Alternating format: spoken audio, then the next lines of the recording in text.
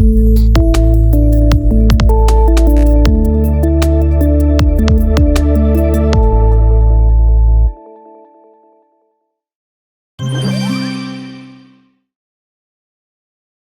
conflits récurrents entre agriculteurs et éleveurs, surtout ce que je disais, vous savez qu'on vit cela tous les jours. Quand ça démarre, ça ne connaît plus qui est qui en fait. C'est pour ça qu'on doit tout faire pour pouvoir éviter qu'on en arrive à là. La question de l'agropastoralisme constitue l'une des priorités du gouvernement de son Excellence Patrice Talon. Mais force est de constater que malgré les différentes politiques mises en place par le pouvoir central pour limiter, voire réduire les conflits entre agriculteurs et éleveurs, le phénomène a toujours la peau dure.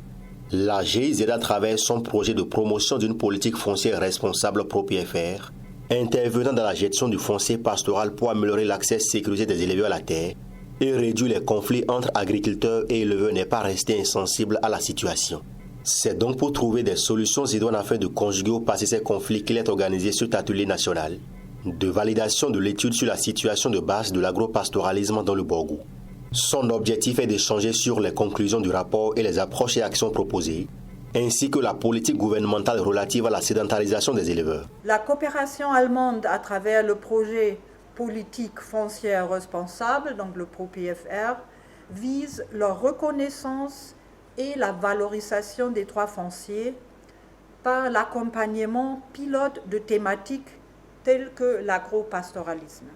La GIZ entend jouer sa partition aux côtés de l'État béninois, qui a su se doter d'un code foncier depuis 2013 et un code pastoral depuis 2019.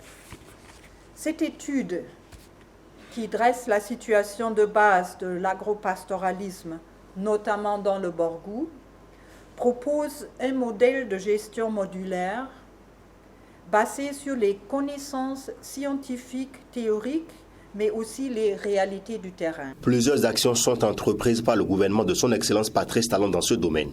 C'est pourquoi le haut-commissaire à la sédentarisation des éleveurs salue cet atelier qui vient à point nommé, car permettra de poursuivre la dynamique en cours dans le sous-secteur pastoral au Bénin. Il faut qu'on se libère aujourd'hui pour contribuer à améliorer le travail qui a été fait. Tous les acteurs ici représentés, que ce soit les intercommunalités, que ce soit les mairies et les organisations de la société civile, les PTF, je pense que chacun aura apporté sa contribution pour parfaire ce travail qui ne va pas s'arrêter aujourd'hui. Le programme de sédentarisation des éleveurs est l'un des projets phares inscrits dans le programme d'action du gouvernement de la rupture.